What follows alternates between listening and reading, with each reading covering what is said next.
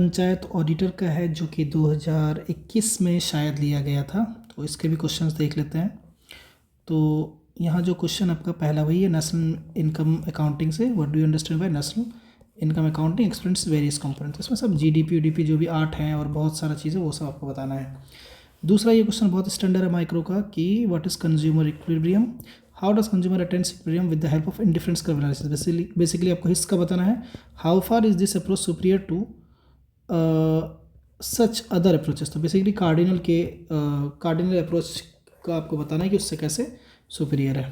ठीक है, फिर है आपका explain the silent feature of oligopoly market, how does oligopoly market ensures price rigidity, explain it with the help of diagram. तो basically ये oligopoly का जो है आप सुइजी का मॉडल बता दीजिएगा तो ये आपको दिख जाएगा, और साइलेंट फीचर ऑफ ओलिगोपोली तो ईजी है।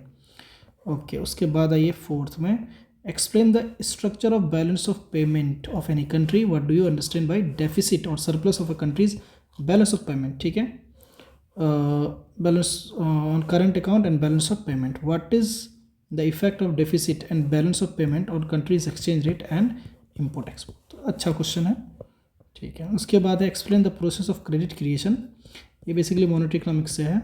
ठीक है, what are the limits of power of credit creation of commercial banks, is there any role of RBI. बिल्कुल है, ये पूरा पूछा है, बताना है आपको। What do you understand by revenue deficit and fiscal deficit, account for the factors responsible for persistently increasingly fiscal deficit in India, suggest suitable measure towards controlling fiscal deficit. अच्छा क्वेश्चन है।